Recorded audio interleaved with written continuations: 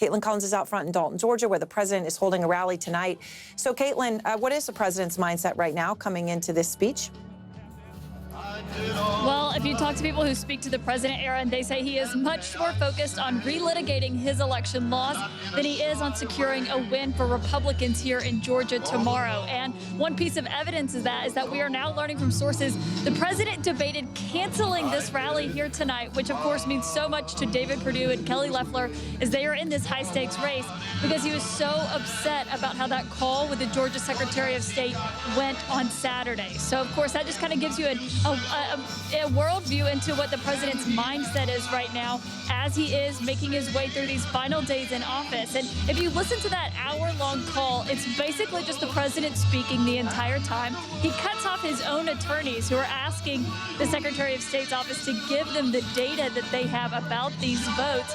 And these are attorneys that we should note the president's own staff are having trouble keeping up with, because there have been so many new faces as the president has gone throughout this journey. And on top of that, there are fewer senior staffers around the president because they're either lining up new jobs after he does leave the White House at the end of this month, or they're basically just checked out from the West Wing. So you're seeing the president surrounded by a smaller circle that is really fueling his theories that he has continued to push in light of even election officials like Gabriel Sterling saying the president is wrong. But of course, the concern is that the president is going to take down the Republican Senate majority with him by making this all about himself, by discouraging Republican voters from going to the polls tomorrow. Because even just here a few moments ago at this rally, they played a new video where they were saying that the election was rife with fraud, that it was overwhelming, which of course even his own election officials have said is not the case. Yet that is what the president is pushing, and that is what his supporters here tonight are hearing the one day ahead of that Senate race. All right, thank you very much, Caitlin, and that crowd behind Caitlin, no doubt. You can assume, a lot of people, and this is why this is so deeply damaging, believe what Trump is saying. Out front now, top Georgia election official, voting system implementation manager, Republican Gabe Sterling, as I promised, with me. So, Gabe, I'm glad to talk to you in one way. I'm not in another, because it means this is still happening. So you went through the video, you went through the shredded ballots, you went through the dead people, you went through the brother who doesn't exist, who isn't named Ron to begin with. Point by point, taking down that call, the president's claims. You felt it important to do so. What compelled you to do it? Well, thanks, Aaron. Again, well, it's good to talk to you. Again, the circumstances aren't exactly ideal. One of the big reasons is the president's actions and his statements and those of his team are essentially suppressing the vote in Georgia. And what's happening is they're telling you your vote doesn't count. And we're trying to explain to people diligently, with facts, as calmly as we can, as transparently as we can, your vote counts. And if you want to see your values and your policies reflected and you want to vote, go vote. And then, like I said today, if you really deeply believe that somebody cheated, is there your obligation to go vote to make it harder for them to cheat, even though we have really no evidence of that at all? Right. So, he goes and says 5,000 dead people voted, and, you said two. He says there's shredded ballots, that there aren't. He says there's this video, right, that shows him, packing up. He's kept talking about that, right? It doesn't show that. These things just didn't happen. But when you hear an hour-long phone call and you hear him saying this stuff again and again, just cutting people off and plowing over them, what was your first reaction when you actually heard it out of his mouth? Conspiracy after conspiracy. Well, this isn't the first time we've heard this. I remember you asked before if you were surprised by this. And I'm like, no, I'm not surprised. And you're not surprised. None of us are surprised. I do remember when I was listening to the audio, I basically yelled at the computer a couple of times. And then when I was driving into work today, there was a radio ad paid for by Trump for president talking about State Farm Arena and suitcases of ballots. And I'm like, that didn't happen. That didn't happen. And I keep on explaining this over and over again. Like I said, it's like Groundhog Day. Right. And here's the problem. As I say, people believe it. And there's this bizarre thing that the more you put out facts, sometimes people believe there's a cover-up, right? There's that conspiracy theory damaging world that some people live in. And the president had been trying to call Raffensperger, I guess, to, rake him over the coals here. 18 times, we understand that he had tried to call him 18 times. Were you aware of that Trump has tried to call him nearly 20 times? Well, I heard of that today for the first time. What we found out is the staff was calling our press line, which is sort of manned by the intern of the day. And if you get a call from the White House on the press line, usually you're not going to believe it. So, and there's people in the White House who have the secretary's number, who have the deputy secretary's number. And finally, they hooked up. But it's not like they're hard to get to. You kind of know where these people are. If you're calling the press line, it kind of tells you something about the staff work going on. I mean, that's incredible. That is incredible. So they're literally calling the staff line when there are people in the White House who has it. You're right. It does say something pretty significant, actually, about how all this is being handled. I want to ask you about one other thing, Gabe, that I didn't get to play in the beginning of the show, and that is Trump talking about this whole recording of the call itself. So Jack O'Donnell used to work for Trump. He was a casino executive for him for years, and has talked about it extensively. And he told us tonight, and I quote Jack, "I was warned early on after I joined the organization," talking about the Trump organization, "to be cautious on all my calls with Donald. I was told to assume all calls were being recorded. It was just what he does, his MO." Now, Gabe, I can tell you, I've been in an office with Trump, not when he was president, before president. He would always, oh, don't say anything. I'm going to call this person. Be quiet when you're in the room listening. I mean, I've seen it myself. We know the president records everything. But the Republican Senator David Perdue, who is obviously on the ballot tomorrow, said this to Fox News about Raffensperger recording his conversation with Trump. To have a statewide elected official, regardless of party, tape unknown to tape without disclosing a conversation, private conversation with the president of the United States, and then leaking it to the press, is disgusting. I mean, disgusting. Obviously, the president does it himself all the time. Were you surprised that Raffensperger felt it necessary to record his call with the president and that the audio was leaked? As I stated earlier today, there's a history of the president not necessarily characterizing things the way they actually are. So having a backup recording is probably the better part of valor for most anybody who's going to be discussing anything with him.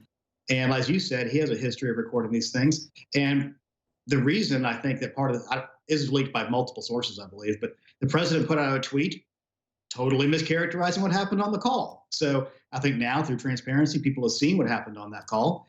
And it was inappropriate in many people's minds. I think that it's better to have that information out there. I disagree with the senator's characterization of this as disgusting.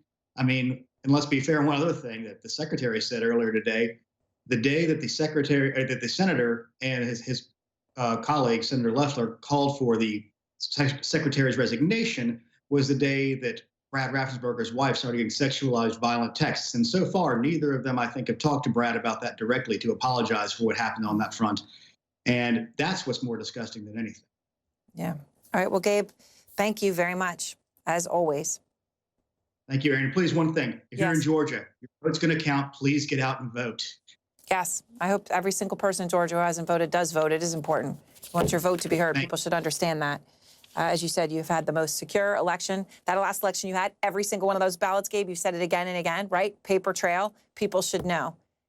It's safe and secure, and they should vote. All right. All right. Thanks, Thank you. Gabe. And one of the nation's preeminent constitutional law scholars, Harvard Law professor Lawrence Tribe, is back with me now.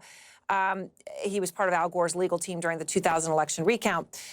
So, Professor, you've been with me again and again through all this, just as Gabe has, and he's come out again and again, debunked methodically every single one of these claims.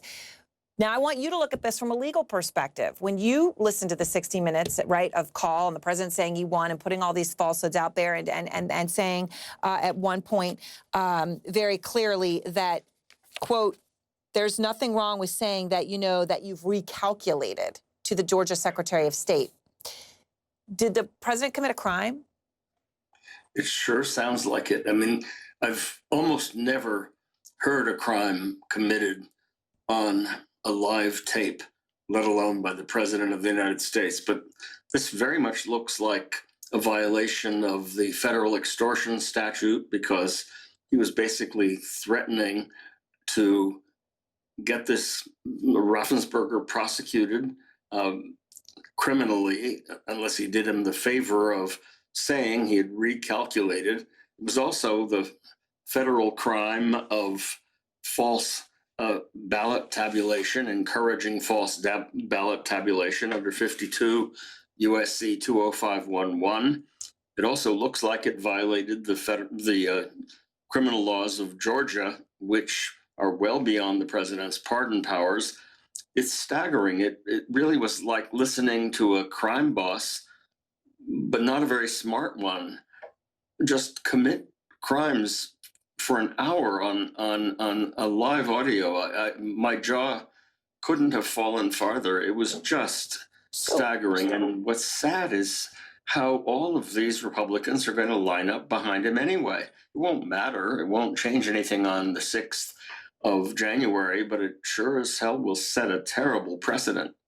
So, let me ask you about this, though. When you say you think clearly crimes, and you list several of them. Okay. So on the federal level, I know you've made it clear you don't think that the president could pardon himself.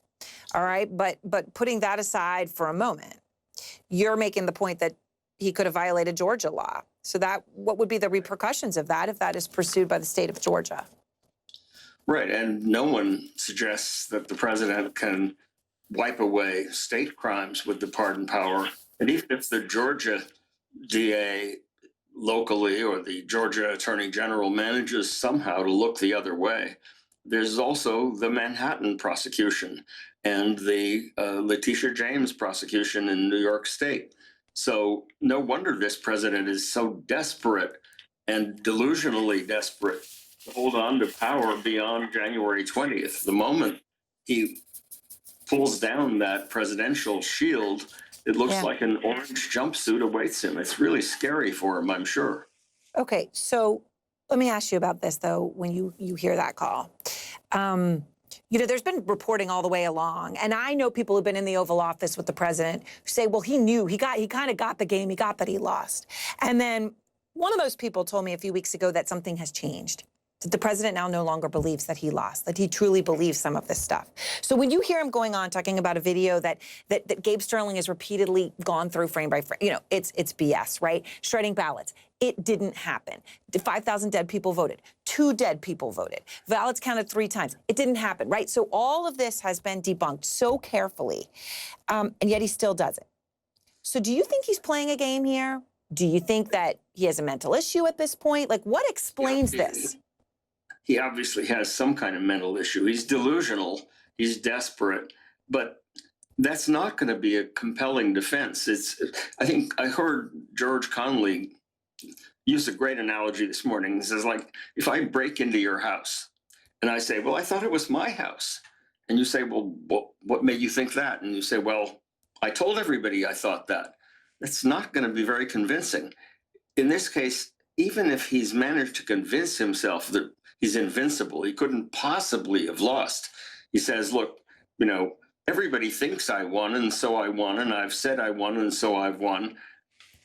In the end, that's not much of an insanity defense, but that's about the only defense he has. And it's really terrifying to have a president so delusional that the only argument in response to the claim that he's a deliberate, intentional criminal is that we've got a crazy man with his hands on the nuclear button turning around the aircraft carrier Nimitz over the decision of his Pentagon in the Persian Gulf at a time when who knows what he might try to do in order to stave off facing the music. This is not a happy time in our country. And I'm confident for the long run, but for the next 16 days, I think we've got to put on our seatbelts. All right. Professor Schreib, thank you.